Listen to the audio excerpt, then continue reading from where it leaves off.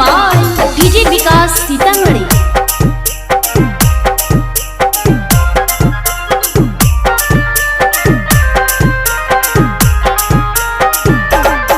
Double चोली ले ले ओइहा एगो रतिया में लगैया एगो दिनवा में। डबल चोली ले ले ओइहा एगो रतिया में लगैया एगो दिनवा में। सैया बड़ी सुनर लागै छै बदनवा में।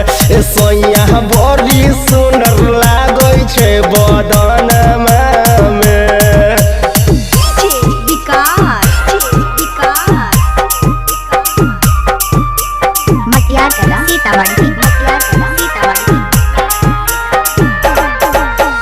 चढ़ली जवानी छोड़ के गेला तू खोगरिया। सूती जब से जरिया याद आवे तोहर सुरतिया।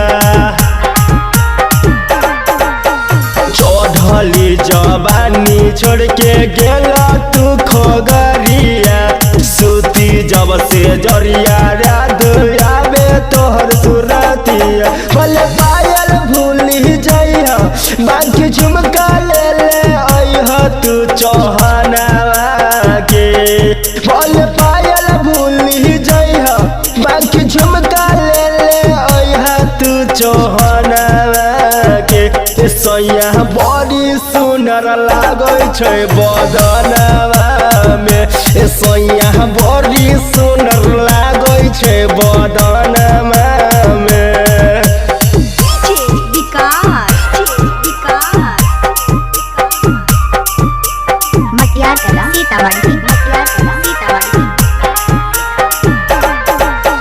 रोशन परदीप गेला सैया धरा के तू अदतिया।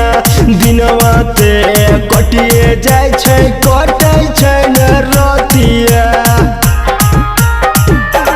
हो चंदू मिका गेला सैया धरा के तू अदतिया। दिनवा ते कटिए जाय छै कटै छै न रतिया। भले से भूल जइहो जोरा पंखा ले ले आइहा तू फगुनवा में। भले से भूल जइहो जोरा पंखा ले ले आइहा तू फगुनवा में। सैया बड़ी राहत मिलै छै बदनवा में। सैया बड़ी सुनर लागै छै बदनवा में। आप सुन रहे हैं नवगछिया से शिवानी रिकॉर्डिंग स्टूडियो का शानदार प्रस्तुत।